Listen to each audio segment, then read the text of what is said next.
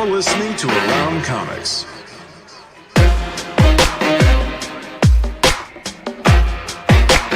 Comics.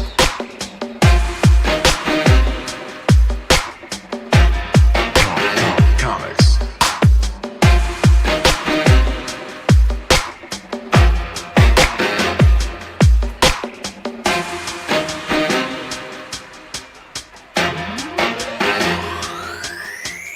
Comics.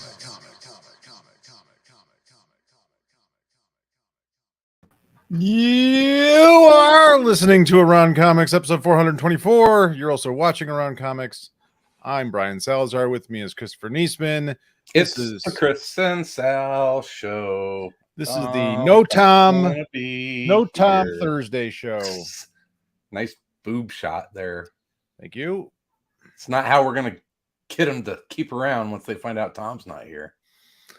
Yeah, well, you know, it's all I got. It's all I got, man. I don't have any. I don't really have anything else. Bad boob shot. Boob shots. Yeah. Hello, 50s. Got my hair. You got more than me. Welcome to another episode of Around Comics. We don't have a Tom.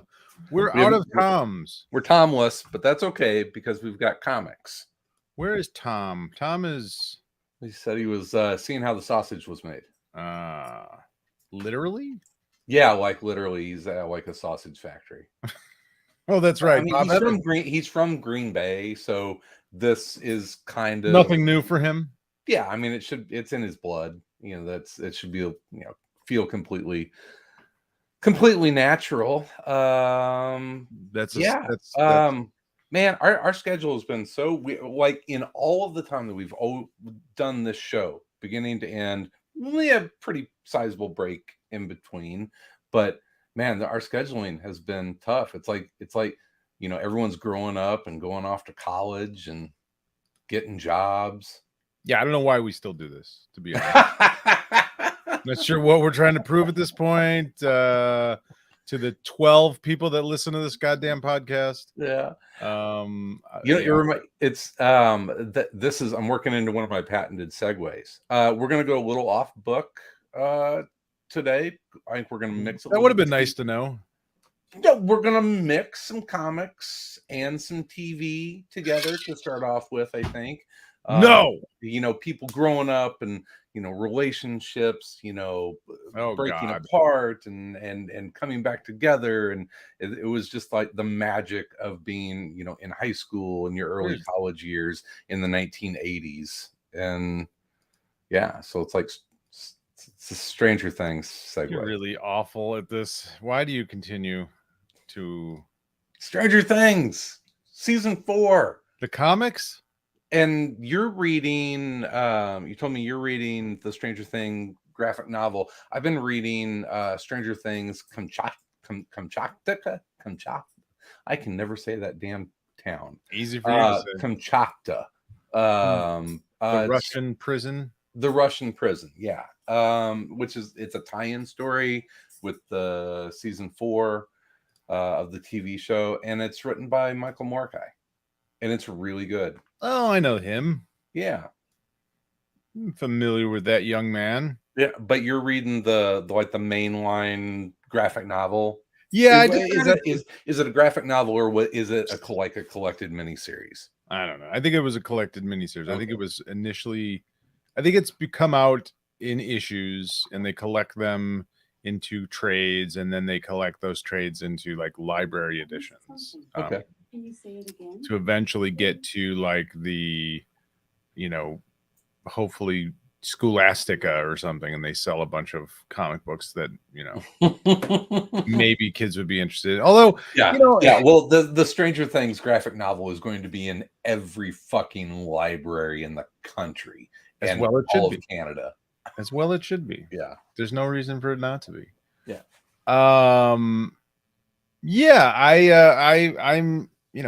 As with most everyone in the world at this point, finishing up season 4, I finished season 4 of Stranger Things, and I do really love the show. I mean, it's so much of my.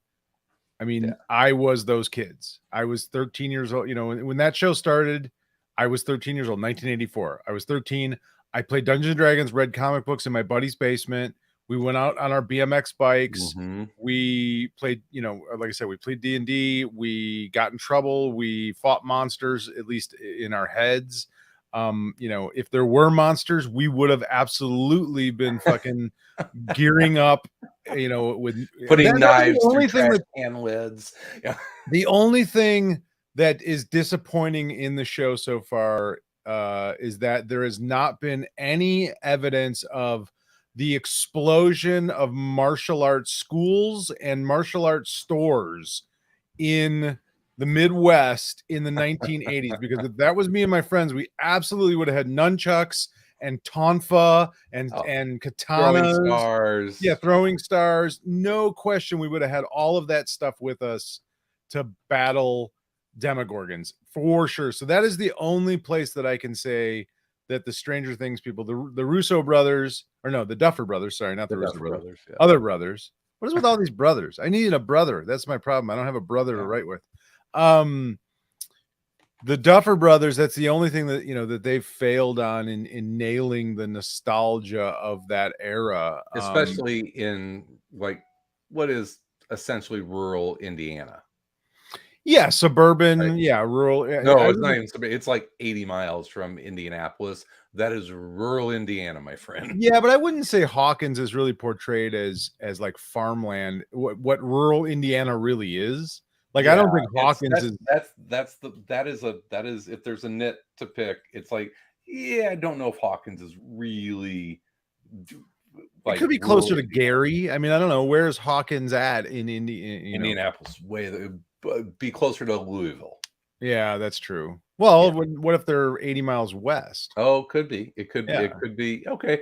Yeah, it could be closer to Louisville, Cincinnati, something like that. Yeah, so I don't. Yeah, it's definitely much more like where I grew up, where it's just more suburban. That certainly than rural. But yeah, regardless, I think they did show in season 4 them going to the military supply store, which was but really it's like martial arts were such a huge thing in the 80s. Yeah, taekwondo schools and all that kind of stuff. Karate Kid, and then American Ninja, and all the what Canon films, and so that's one thing that it always amazes me with the writers of I don't know how old they are, but like the Duffer brothers are in their 30s. They're 10 years younger than me. Yeah. So they didn't grow up in the 80s, and they grew up in the 90s. You know what I mean? So it's like, so that probably explains a little bit. It is probably just like a little bit of a nostalgia from maybe older people that they knew, because it's so spot on. But there are weird little things like martial arts schools, and I'm happy to consult for season 5 if they need an actual 80s person, someone that was actually 13 years old in 1984. I'd be happy to, and in high school in 1986. So well, I will say in rural Indiana, there's going to be a lot more of the Hairspray metal fans would have been there for sure. In rural Indiana, oh, for sure, yeah, there would have been. Well, the Hairspray, or the more that was kind of starting. Well, that would have been. I mean, 86 was Metallica. So that was really like Poison, Cinderella. That was a little later. Is that more like 86 to 89? Well, I think Metallica came, that like Master of Puppets came out in 86. Yeah, well, that's why it was featured in the show. That I would not ever consider them Hairspray. No, that's what I'm saying. They were kind of anti-Hairspray. Yeah. But like, let's see. When did would it be Crew? Would that have been like the Hairspray metal? I feel like we're swimming in waters that we're not real comfortable in here. What are you saying? What are you asking? Would Motley Crue be like the first Hairspray metal band? I don't know if they'd be the first, but I mean, they were one of the earlier ones. 81. I think Too Fast for Love came out in 83. Yeah, okay. Yeah, Shout at the Devil was 83. Or no, Too Fast for Love was 81. Shout at the Devil was 83. Theater of Pain was 85. So that would have been that, the glam metal thing. I don't know if they were necessarily the first I mean, they were part of the first wave. Well, I mean, honestly, Alice Cooper was doing it in the before he was doing horror. He was doing glam. Yeah, you had the New York Dolls. You had, you certainly had stuff. Yeah, but but at the end of the punk and glam between and punk like and hairspray and metal. I mean, that's a subgenre for sure. Oh, for sure, yeah. And you had Crew. Kiss is in They could there. write a fucking pop song. God, they could write a pop song. I'm going to see Crew tomorrow night. That's amazing. I'm going to see Joan Jett and the Blackhearts, Poison, Def Leppard, and Motley Crue at Wrigley Field. That's about the only way they'll ever pull you into Wrigley Field. Yeah, the last time I was at Wrigley Field was a Jimmy Buffett concert. Ugh. So I keep going to see really old fucking bands at Wrigley Field. That's amazing. This is not by my choice necessarily. I saw Motley Crue 3 times in the 80s. And I don't necessarily need to see them now when they're 70 years old. I saw Def Leppard, I saw Poison, and I saw Joan Jett. I saw all these bands in their, in much more prime. In their prime. Yeah. But, well, I'm going. I've got Run the Jewels and Rage Against the Machine. Oh, nice. Saturday. Yeah, Alpine Valley. Alpine. Oh, that'll be fun. Yeah. Nice. Well, thanks for the invite. I appreciate. I bought these tickets almost 3 years ago for this show. Well, you still didn't invite me then either. Yeah, I mean, we knew each other 3 years ago, right? Like, you want to come up Saturday? I can get you a ticket. No. Anyway, back to the actual comic book, the Stranger Things. So I started reading the comic, and it's a Dark Horse comic, which doesn't always necessarily mean lower quality, but in this case, it doesn't always mean it's high quality either. It doesn't always mean it's high quality, and it's I mean, that's the fucked up thing. Like, I don't necessarily understand the thinking behind a company like Netflix or whoever owns a property that then sells it or licenses it to a comic book company to publish. And it's usually like not the greatest art, not the best talent on it, not the best writers. And not to say that this is horrible I think it's I think you see the wildest swings in IP books from like, this is someone that is obviously getting thrown a bone by an editor to be like, okay, earn your chops, kind of feel. It's like, like your entry level. And then there are other things where it's like fucking Jason Aaron and Cassidy, right? And it's written by Jody Houser. And nothing against her necessarily. It's penciled by a handful of different people, which is another sort of like weird thing that it's not consistent in who pencils it or who does the art, I should say, because it's mostly pencils and inks. And it's always a weird thing of like, well, how much do you make it look like the characters? How much do you try and just draw it, however you would draw a regular comic book? And then a lot of times that ends up being like this weird, inhuman looking people, because you're trying to make it look like the characters, the actors, but not really. And who I always thought did a really good job with that was the Buffy comics. Yeah, they kind of established their own like character style with those characters that over time Buffy did not look like someone trying to draw Michelle Gellar. Right. But she was immediately identifiable as Buffy, and that was for the other, for most of the rest of the cast. I felt that way anyway. Where I think the rough one is whenever, like Star Trek. I really want to like Star Trek comics, but of like the original series, it's like they can't get out of trying to be almost photorealistic in how they render those characters to the actors. Right. Yeah, and it is a weird thing. I get it. You can't, and I will say this, even though it's sort of like 4 different pencilers, it does sort of kind of is is it broken up evenly, or did they actually... Yeah, it's by issue. Oh, what okay. it looks See, like. that sucks because I mean, if you were really trying to play with the art form and you had a story that was built around, multiple, interweaving stories, because that's Stranger Things is always like that. It's kind of like Lord of the Rings. It's this group is doing this and this group is doing that, and then there's this Right. group over here. So yeah, if you have 3 or 4 artists, you could have it plotted out to where they Actually, you know what? do. I think I'm mistaken. I Mhm, think so. What it is this collection is 4 different collections. mhm. It's all written by Jody Houser, but I think it's 4 4-issue collections. Okay. So the 4 issues are written by Jody Houser and drawn by one artist, and then the next 4 issues are drawn by one artist. So there is, yeah, continuity to it. Cohesion between But arcs. I think it's a hard ask. I think it's just sort of like licensed comics are a tough ask, especially like 4 seasons into watching Stranger Things, and then I pick up a comic book. Mhm. But it always sucks for me because I always, whenever I do pick up a licensed comic, it's because I really love the stories and the characters and the world, and I want to Yeah. continue.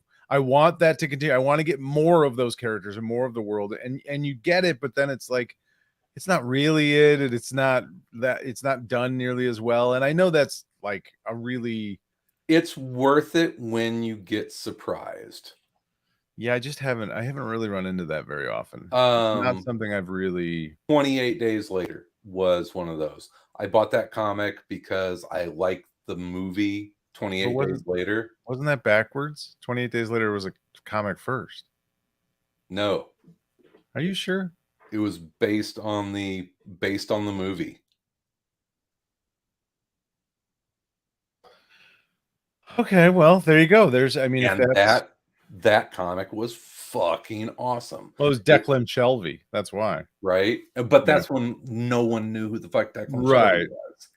was. That may have been like his first big. That I think was that Image. Someone It it was was something. Boom. Oh, it was Boom the Boom book. Studios. Who Written wrote by that? Michael Allen Nelson. Um, Yeah, we met him at a con. He may have even been on the show at some point, but yeah, he was the guy that wrote. I think he wrote the book. Rex, did he write Rex Mundy? um, Cthulhu, Zombie Tales, Pirate Tales, 28 Days Later, Okay, no, maybe not. Dingo, Dominion, Fall of Cthulhu, Hexed, Malignant Man. He's written a lot, but I don't see that on here. Yeah, yeah. 28 Days Later, if you can find it, man, that comic is awesome. It was. It's.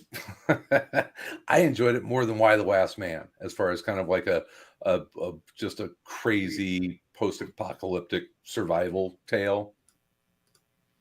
I will have to check it out. It's great. But going back to the Stranger Things, I mean, so the first collection, and I think all of these, I will admit, I have not read all 4 yet. I've started, the collection, and I've read the first one. And the first one, it tells the story of basically Will after he gets trapped in the Upside Down. Oh, that's In cool. season 1. Yeah. And then like the second one is the story of Dustin going to camp. So it's in between season, 1 and Yeah. 2. And so it's all these sort of stories in between the main series of the television show, and which I like that.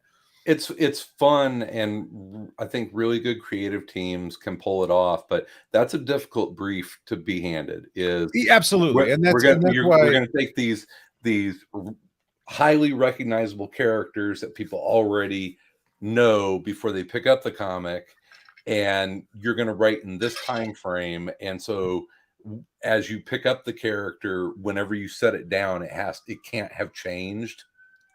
And we also know what the near future of the character is as well. So Yeah, it's absolutely, that's it's a hard. tough ask of a creative team for a comic to do, and especially since you look at like Stranger Things, that show. How many writers are in the writers room for Stranger Things? You know what I mean? Like a dozen? I don't know. Yeah, Yeah, at least a half a dozen, if not more, sure. right? And then it's like, okay, we'll take those characters that are now beloved and write something in between the series that we wrote, and and you probably, your timeline's probably shit, and yeah, it's a really difficult ask of them, and yeah, I have the to best just keep that in person in mind. comics I've seen do it in recent memory is Charles Soule. Yeah, he's very good with the Star Wars stuff for sure. Yeah. I'm gonna keep reading these, like, just because, like I said, I love Stranger Things, and I want to kind of get. I'm reading a Stranger Things novel right now. I started reading the Talisman. I picked up a used copy of that, so I'm just like all Stranger Things Nice. right now, to try and keep that sort of feeling of, warm, nostalgic feeling of that era alive in my cold, dead old man heart. Yeah, especially since like we probably have one more season of Stranger Things, and then that's probably going to be the end of, at least it'll be the end of this Stranger Things. I think that they can. I don't think that the Duffer Brothers are done telling stories in this universe, or you know what, I can imagine that they kind of want to try something else. So, well, they just signed a big deal with Netflix to produce a bunch of stuff, including a Stranger Things spinoff. Well, Stranger Things play, I think they're doing, that will then end up on Netflix. They're gonna do there was a Stranger Things, some other sort of Stranger Things live action series, a live action series adaptation of the Japanese manga and anime series Death Note, a series adaptation of The Talisman by Stephen King and Peter Straub, an original series from Dark Crystal Age of Resistance creators Jeffrey Addis and Will Matthews. It's a 9-figure deal with Netflix that they signed, and it also includes the final and 5th season of Stranger Things. Holy crap. The new company named for the supernatural world they created in Stranger Things, it's called Upside Down Pictures. Yeah, it's a monster deal with Netflix. Yeah, so we'll see what else they come up with. Yeah, but I read somewhere like part of it is an adaptation of the first season into a play of some sort, which I actually went and saw a play of Stranger Things in a small theater in Chicago. But yeah, so that'll be interesting to see what other Stranger Things stuff. I'm already sort of bemoaning the end of it. It'll be sad, like 2 years from now. I know, but it'll be difficult for me. It'll be a difficult time as my, the last gaffes of my childhood die off. The best as I just get old and decrepit, and all I have left are Stranger Things. Well, we get another TV show that is going to be, I think it's going to be maligned as a Stranger Things ripoff, and that's unfortunate because it was written, I think well before Stranger Things. Paper Girls is debuts at the end of the month. Oh yes, what is that coming out on? Amazon Prime, I think, and that's the Brian K. Vaughan, Marcos Martin book. That was not Marcos Martin. Cliff Chang. Sorry, Cliff Chang. Yep. Yeah, I mean, it'll definitely,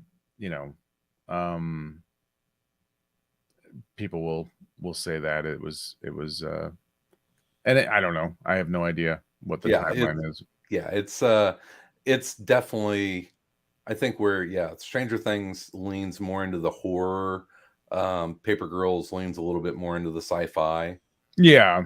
So yeah, I can't wait. I don't care what people think of it. I can't wait to fucking watch it. I like the series. I don't know that I'll love it nearly as much as I do Stranger Things, but I did like Paper Girls for sure.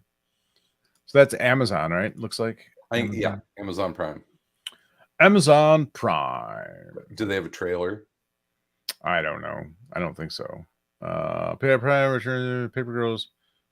Oh yeah, there is a trailer. Paper Girls season 1 trailer. Would you like to watch it? Let's watch it.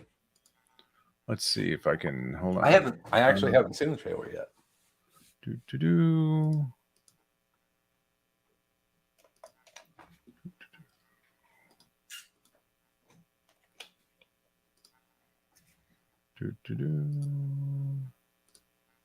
Yeah, so other Brian K. Vaughan stuff that's there we go. I don't know if you're going to be able to hear this though. Yeah, we'll see. Can you hear anything? Yeah, a little bit. So you're Mac, right? So you're the first paperboy around here. Was it a boy? You must be the Brandman kid. Hey, Jay. My dad says you people own everything. You people? Shoot. Damn, they casted the shit out of this. Let's go. I'll like bite you or something. What is that? What does this guy look like? Move! Let's get out of here! It's very Hey! Who's there? What are you doing in my house? eclectic group of What are young you doing in girls my house? that all Well, do paper route. Yeah. No, I live here. That's her. Holy shit. This is a psychotic break. 12-year-old Yeah, version. I love how they casted it. I mean, it looks like the comic. If that really is future you, maybe she can call someone. Who's she gonna call? Time travel 911. Do you want to call 911? Oh, good lord, there are future robots. We need help. I might know someone. The girls traveled out at their time. That's a capital offense. Your target's now. It's nice knowing you, I guess. Yeah, we'll see what people think. Because this show, I mean, that comic got real weird real quick. Future me will know how to get us home. You have no idea what's at stake here. Yeah. It's the fate of humanity. I get it. This right here is the end of the universe. We're paper girls, so we stick together.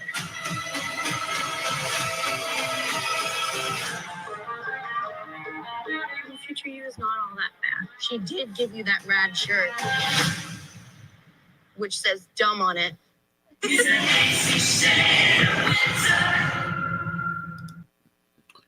So there you go. Yeah.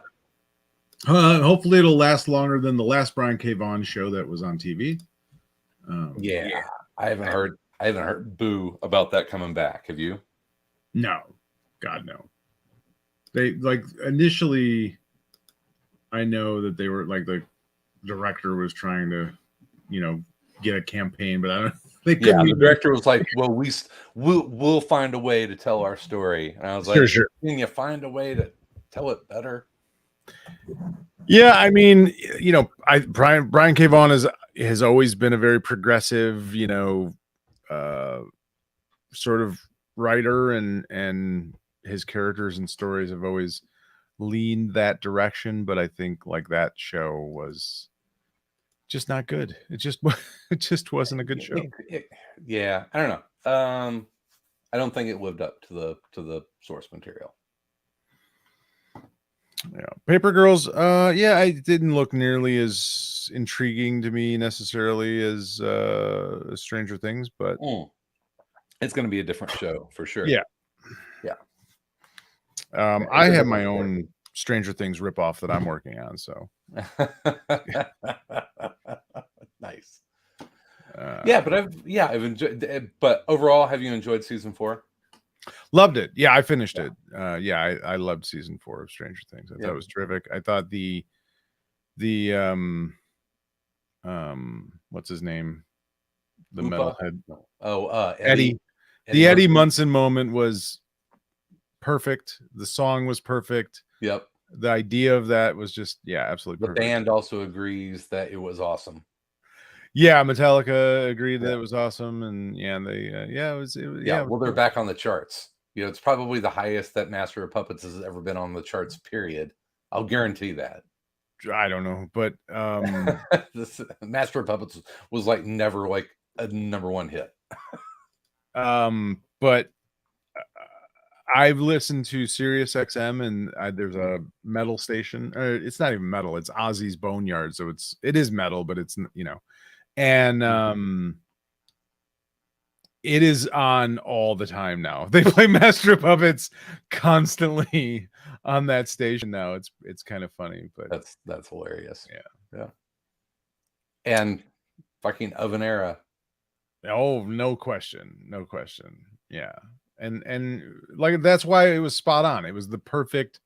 I mean, when that came out, it was it was a watershed moment. It was Kids were hungry for that. Oh yeah. Kids like It was Eddie Munson were hungry for that. It was the right time. It hit, it was like Nirvana, when Nirvana came out, and just, it was the same kind of thing. It was just the right timing for that. Mm-hmm. Yeah. Good stuff. Yep,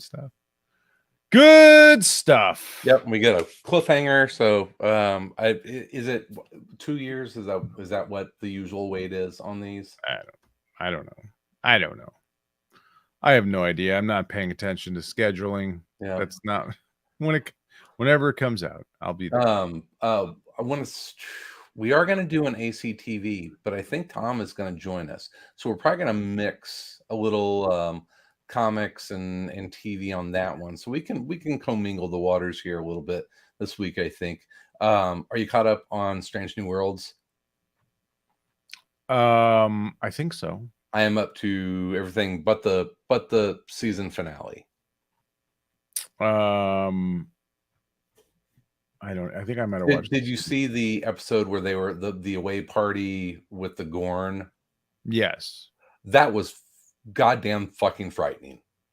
I don't know about that, but it was alien-esque. I was watching that late at night. There were lights off in the house, and yeah, it's for like Aliens to be like a really influential horror movie for me.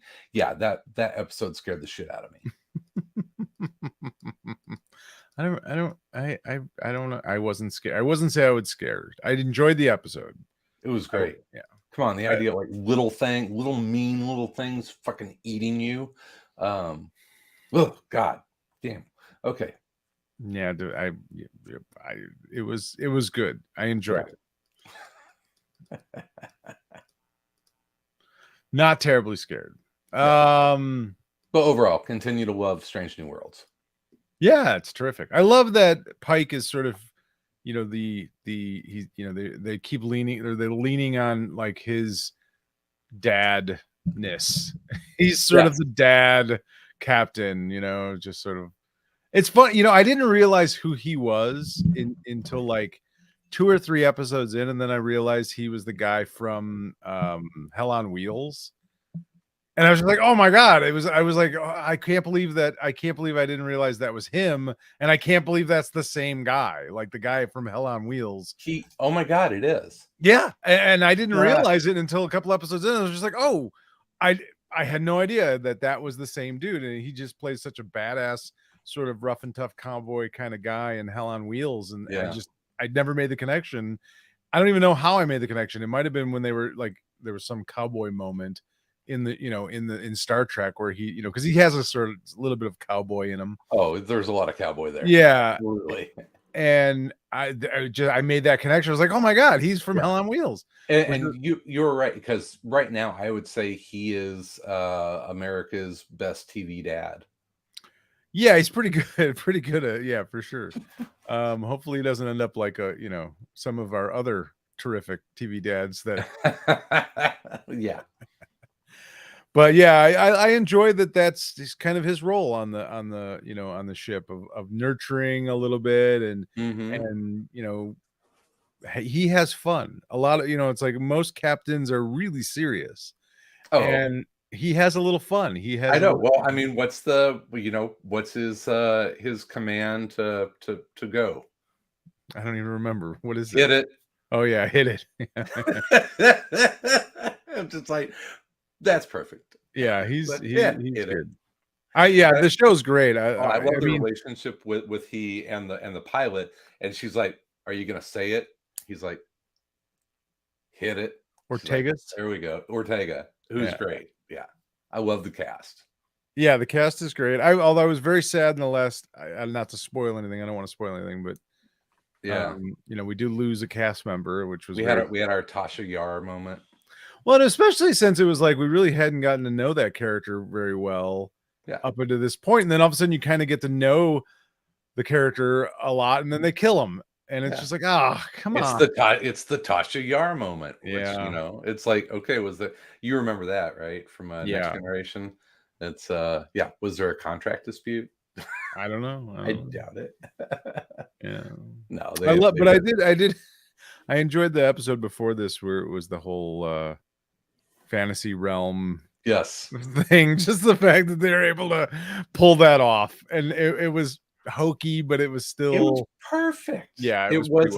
I was like 10 minutes into it, and I'm like, oh man, they are digging deep into some original series shenanigans. Oh, for sure. And then I almost texted you. I was just like, I can't remember the last time I watched a Star Trek episode that I was like, this is stupid drivel at 10 minutes in, and I'm almost crying at the end. Right? Yeah, it's pretty well done. I mean, you as a dad, especially a dad of a girl. I mean, it kind of had to get you a little bit, right? Oh, for sure. No, it's great. I think they're doing a terrific job. I think that I don't know that I could be much happier with a new Star Trek series as an old Star Trek series fan. It has like all of the like wit and like mirth that the original series did, but it does it with a really updated sensibility and just fantastic writing. It's like they're not afraid to have fun, and that's what I love about it. But it also it has weight to it. I think it is the best representation of the original philosophy of the show since the original show. I think that as much as I love Next Generation and Deep Space Nine, all the I've enjoyed most all of the Star Trek shows that have come after.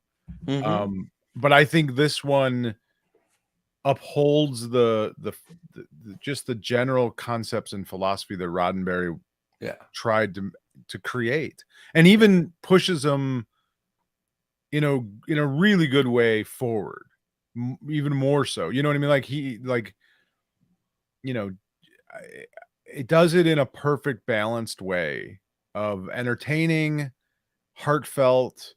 It's got all the fun, silly when it wants to be silly, and serious when it needs to be serious, and really well done. But at the core of it, it's like this is as close to the original and better than you know what I mean. Like it's the special effects, the acting, the writing is all better. It's all better than the original series. Yeah, and we get to see steps of character development and growth, which is also cool. You didn't always get that in the original series because it just didn't run that long. TV wasn't that way. TV wasn't that way exactly, and it didn't. It only ran how many seasons? It was 4, 3 seasons. That's right.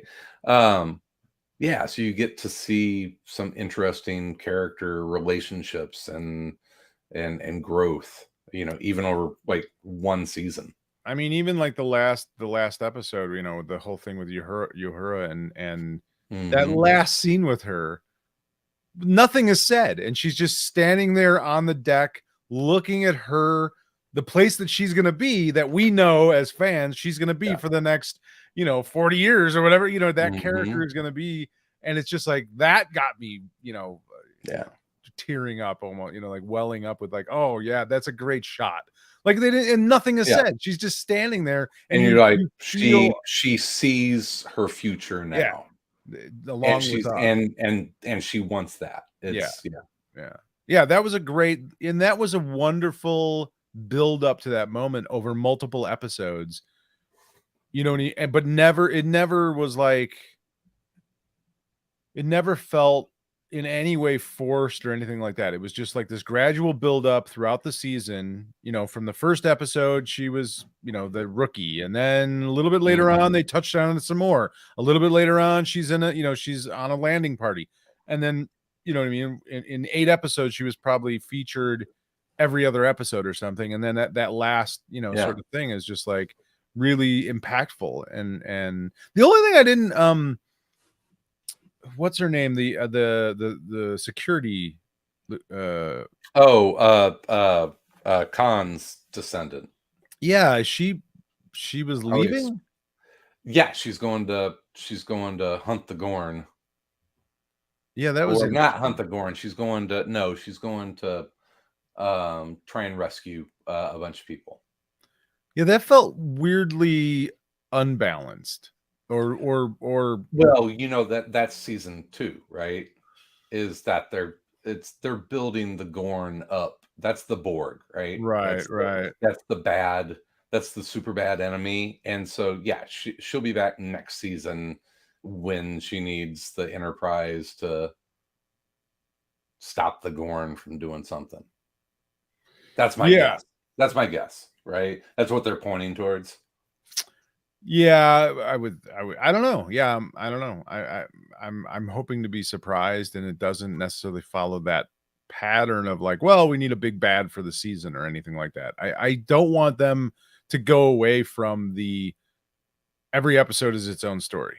I hope they never go away from that formula. Yeah, it's I think they're gonna do kind of like an X-Files, it's where and they did a really good job with it this season, where every episode was its own story and there was an overarching. I'm okay in like in a 10 episode season if like 3 of them are like interconnected into more of an overarching story, right?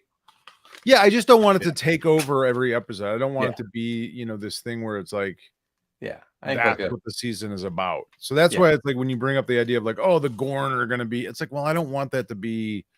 I don't want that to take over the season. I want I love that every episode is its own thing. And yet, like you even said with Uhura, it was so well done that it was just like, she was parts of individual episodes that then built to something greater in the end. But it wasn't ever like, they had, they were like force feeding us that or anything. It was very well done. Joe G agrees with you on the comment section. Yeah, I love it. I hope they never go away from that. Yeah, it's I agree. That was that was Doctor Who forever, right? When I was growing up, it was the actually, God, no, that's a terrible comparison. Those were I have no idea. Those were like 4 and 5 episode stories, arcs. Yeah, but yeah, so it was more of a trade format. Okay.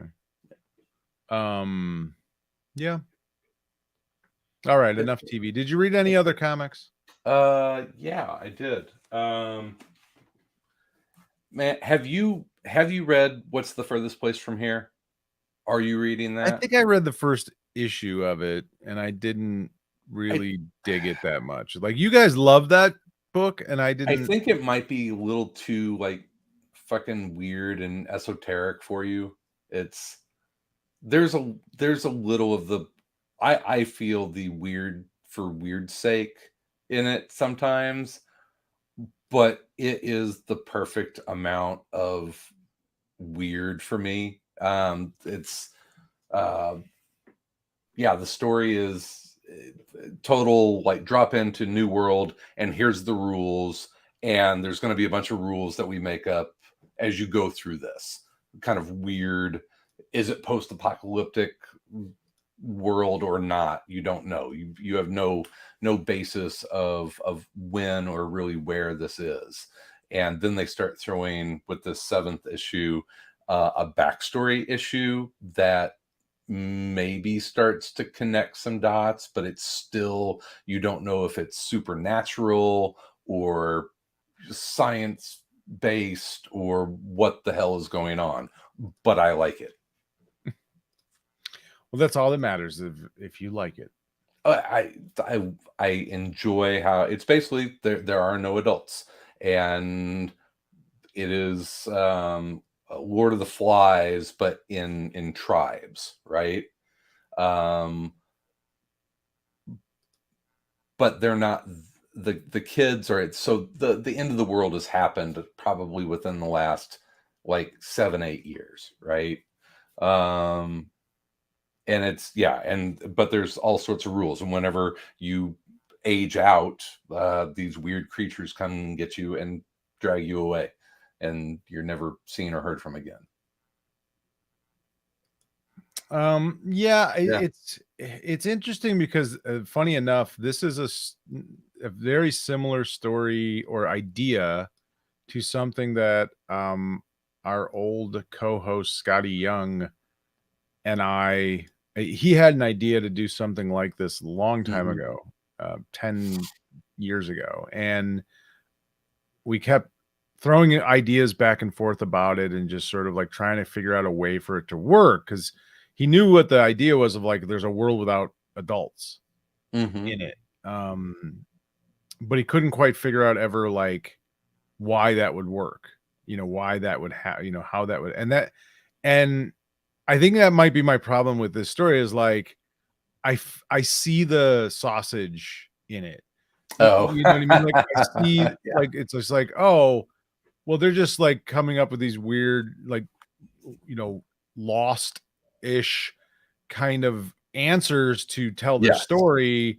But at the end of it, I don't know that any of this is going to make any fucking sense. It may not. Yeah, you know what I mean? And so I think that's, I have a hard time sometimes with stories that just don't have any internal logic to them.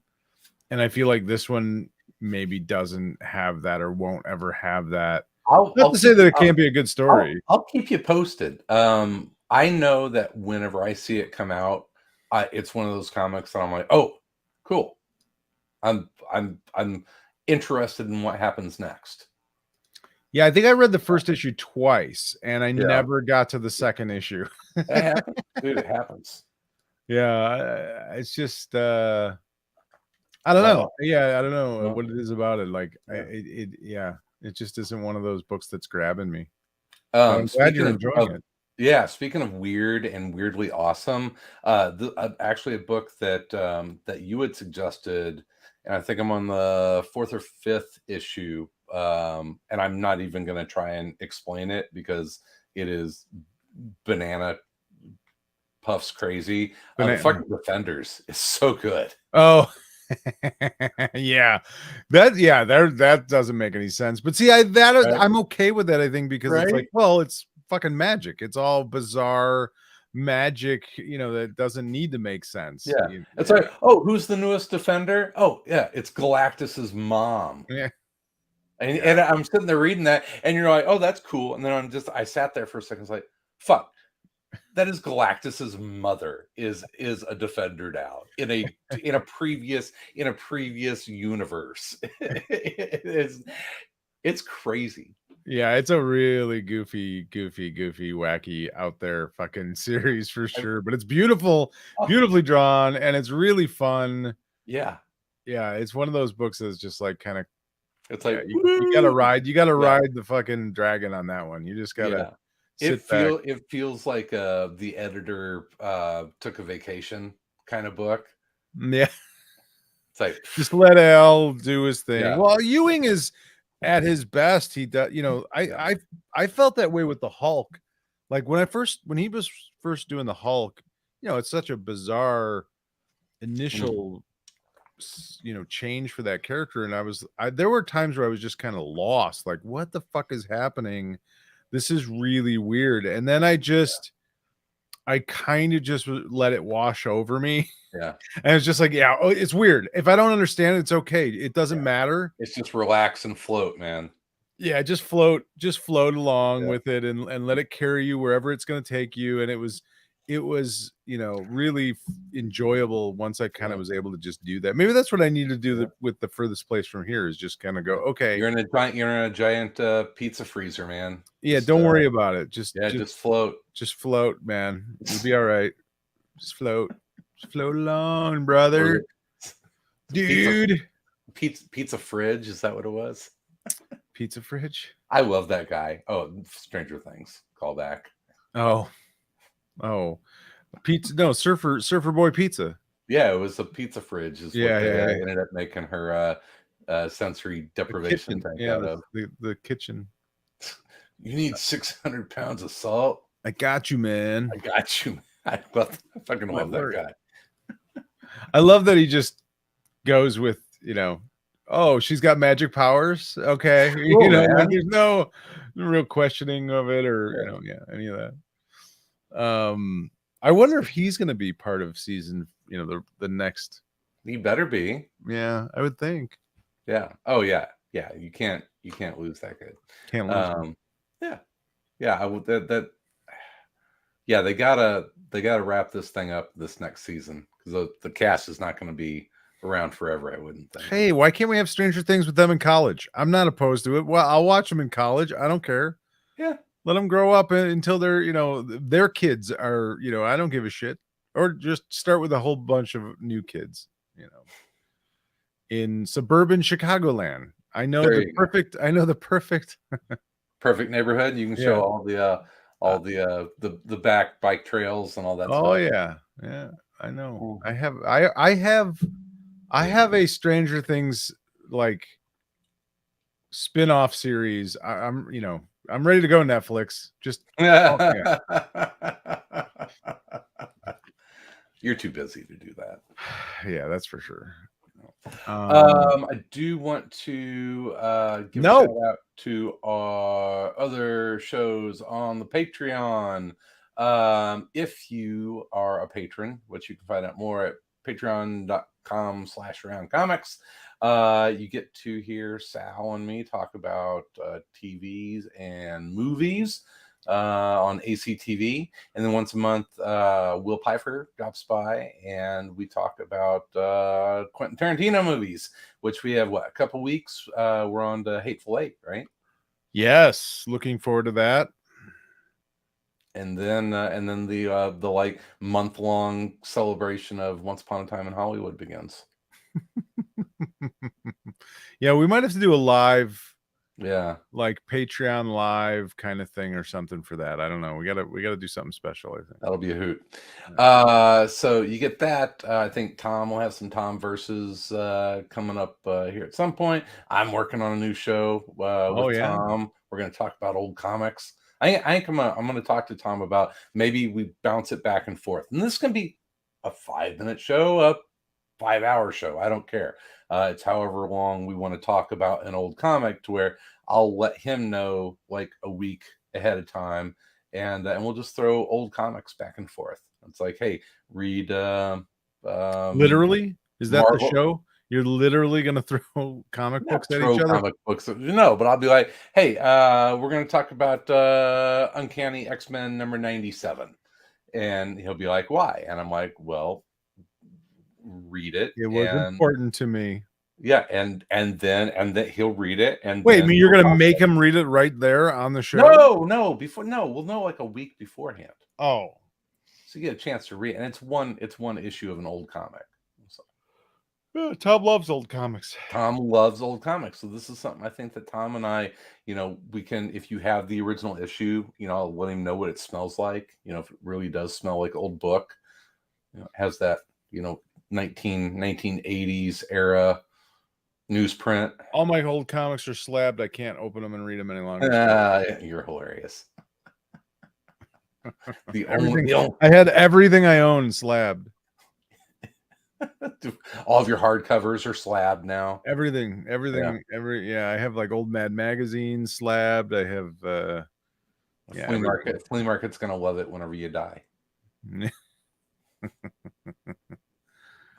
All right, so you get that stuff at the Around Comics Patreon. We do a TED Talk once a month. Joke's on you. I'm never dying. Nah, what's our? Did I say TED Talk? We do a trade talk once a month. What is our trade talk coming up? New X-Men, Volume 1 by Grant Morrison.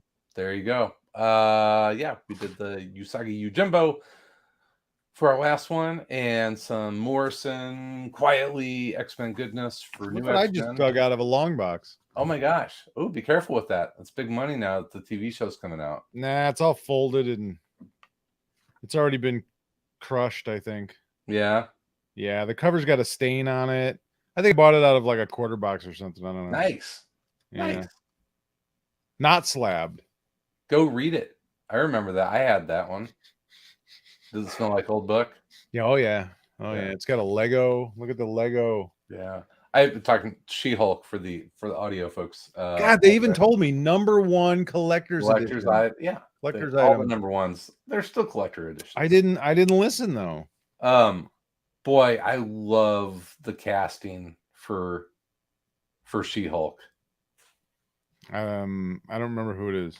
It's a gal from Orphan Black. Okay. Sure. I can never say her Listen. her freaking name. I'm watching the show for a big green chick. I don't really. How are they doing that? Are they CGIing her? Like what? Yeah, well, I mean the first trailer, it's Tatiana Maslany. Did you ever watch Orphan Black? I watched like half of the first season, I think. That show's fucking awesome. I love that fucking show, and she's great. So You love anything with a girl in it. It's not true. Kind of true. Not totally. I mean, it doesn't kinda true. hurt. Doesn't hurt. I mean, there's plenty of things that have girls in them that you like. Yeah. I don't love everything that's got a girl in it. Either do I. Such a dick. All right. What else? Did I miss anything? Joe G asked, was Inglourious Bastards one of his? Yes, we already did Inglourious Bastards. Yes. Joe, we've done the oh yeah, K-Belly Super Sounds. We've done them in order. So yeah, we just did Django, and it's Hateful Eight and Once Upon a Time in Hollywood. And then on to the Coen brothers. You can't wait. I'm excited. I already have my Criterion edition for Blood Simple. Hey, I read another comic this week. What'd you read? We're not done talking about comics. Yeah. You don't want to talk any more comics? No, my stupid smart dumb speaker was yelling at me. Alexa,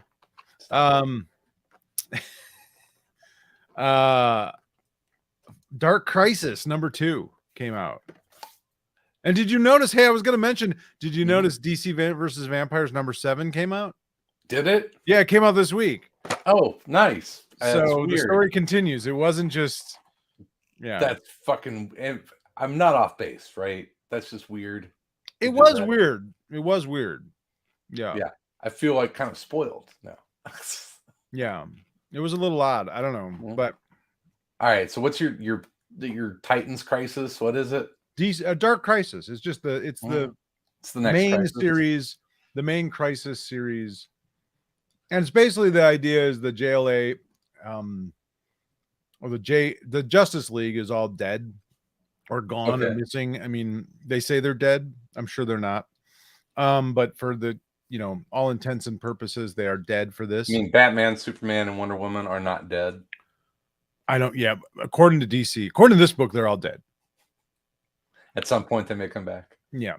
And so it's kind of left up to the next group. This is DC's sort of, hey, let's, make Superboy, Superman, and Nightwing, Batman, and I don't know who's going to be Wonder Woman, Wonder Girl. There's another Wonder Woman, but she's not really involved in this, which is weird. And then the Titans are involved. But normally I think I would hate this for all those reasons, but for whatever reason, one, the art in it is gorgeous. It's really terrific art by Daniel Sampier. Okay. So that's one thing. And it's written by Joshua Williamson, who I think is sort of becoming a very good comic book writer. And it's just kind of fun.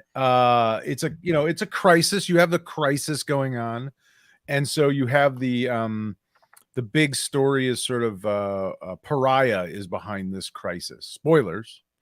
And he's got all the supervillains sort of working for him across different universes, defeating all the superheroes and fighting all the superheroes. And I don't know, there was just something about it. There's just like this issue was focused mostly on like Deathstroke fighting Nightwing, and but there's this really cool moment in it where you think Nightwing maybe is going to die but doesn't. He and it felt very much like a really good Justice League book, even though it's not the Justice League. And the interesting thing is, like, they keep sort of referencing the idea that they're not the Justice League. Like, these guys are not the Justice Leagues. Super Kal-El son, Connor, not Connor. What's his name? I can't not Connor. The other one. His dad's named after his dad. Paw. Yeah, what was Paw Kent's name? It's Paw. Anyway, that Superboy, Superman, and Nightwing, and Kyle Rayner's in it, and all the other Flashes are in it. We've had a Kyle Rayner sighting. Kyle Rayner, yeah, Kyle Rayner's in it. And so you have all these like secondary heroes that are in it, and I don't know, it just kind of feels like a little bit like the original Crisis in that sense, where it's very big, but the story is not super complicated. This isn't like a Grant Morrison kind of like really complex. It's way more straightforward. So maybe that's why I'm enjoying it a little bit more. Hero story, and it's kind of a big baton pass. Between the generations, and which DC does from time to time. Cyborg Superman is in this issue, so I mean, how do you not love that? Some Cyborg Superman. Yeah, and I don't know. It's just I've enjoyed it so far. Is that a John Byrne character? The Cyborg Superman? Yeah, I don't think so. I think he was long before John Byrne. Okay, but I'm not 100% positive on that. Dan Jurgens. Oh man, it's amazing how many characters Dan Jurgens created. If you start thinking about it, probably. I don't know. I never really thought about it, but there's a lot from that era. He was Adventures of Superman 466 in 1990. So I guess later than I thought, but yeah. Interesting. Hank Henshaw. Cyborg Superman. So there you go. So I don't know. I really enjoyed it. I'm enjoying the Dark Crisis, which I really didn't think I would, but I am enjoying it. And I don't know, that between that and World's Finest, I'm having a lot of fun with the DC Comics. Yeah. You are in a Mark Waid kind of place right now. I just want a nice, simple superhero story. I don't need it to be, I don't need it to be groundbreaking or, completely new, or just give me, and there's enough room for all of it. I've gotten to the point where I've completely 100% respect the idea that, these publishers should make a bunch of comics that aren't for a 50-year-old dude, but make a couple that are. And that's all I'm asking. Yeah, I'll still be here, man. Yeah, give me that World's Finest, and I'm in. I'm good with it. Yeah. And the reality is, there's plenty of fucking comics. I mean, there's more. There are more comics coming out now that I would enjoy reading if I had the time and or space in my memory banks for it. Yeah, there's more comics for me than I can read. Yeah. So I can't. I feel the same way about TV. Thankfully we spent about 4 days up on a lake up in northern Wisconsin.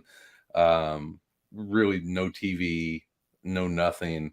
And, of course we would sit around the fire and talk about what TV we're watching. And there's so much good stuff and good sounding stuff out there that I'm just like, yeah, that sounds great. I'm never going to get to that fucking show. There is a lot. There is a lot. Mm-hmm. So there you go. There's another comic, another comic book. Nice. Here- I will check that out. Speaking of TV, Daredevil is coming back Mm. on Disney on the new Echo show. Oh, okay. Yeah. I wonder if they're going to bring. Well, that makes sense. I mean, that is a Daredevil character, Right. Yeah. So I wonder how much of the Daredevil cast is going to come back. Are we going to see? Well, Karen? what's his name? Cox, and they said Kingpin so far. Okay. So yeah, Charlie Cox and D'Onofrio. Yeah, Oh, who's and awesome. James Caan died today. Yeah, I know. I'm gonna have to pull out my copy of Rollerball. Rollerball. It's the greatest Misery, James watch Caan. the Misery. It is the greatest James Caan film Rollerball. for me. Yeah, not Godfather. Yeah, Misery. I don't consider. I didn't say best movie he's been in. I don't think of Godfather as a James Caan. Caan movie. Yeah, Misery is really good, but yeah, for me, when I saw Rollerball, that's the movie that may have turned me into a big 70s dystopian film fan. I loved that story. Loved, just that kind of really weird, bleak look at the future. Yeah. I enjoy Rollerball. I think it's a terrible movie. But I do enjoy it. It's certainly not his best movie. I think I could name at least 3 movies that are better than Rollerball of James Caan's movie. Yeah. Thief. Alien Nation. Yeah. Alien Nation is terrific. Yeah. The Killer Elite is a great James Caan movie. Yeah. I would put The Program. I don't know if it's necessarily a James Caan movie, but The Program is a terrific sports movie. With James Caan. Yeah, I mean, you don't even really talk about his westerns. He did a bunch of westerns when he was younger, and no, Rollerball is great though. It is Brian's Song. How about Brian's Song? Sure. Rollerball is a movie that captures a niche in filmmaking history at an era whenever that kind of movie was being made. And I love Rollerball, of course. Yeah. Jonathan. But it's a terrible movie. Jonathan. I mean, it's terrible, but it's great. It's terribly great. Who directed Rollerball? Let's see. Oh, it's Greg Porter just Norman Jewison. Bottle Rocket. He was the first Wes Anderson movie. Yeah, but that's not a James Caan movie. Once again, that's you can't really call that a James Caan movie. Norman Jewison directed it. Okay. Interesting. Yeah. Well, farewell to James Caan. You will be missed. Not that you've been doing much in the last however many years as an actor, but terrific, terrific actor. And for the younger generation, the artist that did Yu-Gi-Oh died. They found his body washed up on shore with a snorkel mask. What is Yu-Gi-Oh? Like Yu-Gi-Oh cards and the Yu-Gi-Oh cartoon and the manga and all that. Oh, Suzuki Takahashi. Yes, manga creator found dead in the sea at 60. Oh, that's sad. Poor dude. He's probably just taking a swim, huh? Yeah, he's probably a billionaire. Probably a billionaire. He's probably a billionaire. All right, sir. We were ready to wrap this puppy up. I believe so. I'm good. I don't have anything else to really talk about. Nice. I'm back on a regular schedule here for a while, I think. So we'll chit chat on Sunday. I think Tom is gonna jump in maybe. So if you're if you haven't signed up for the Patreon, it's There's a perfect reason to do so.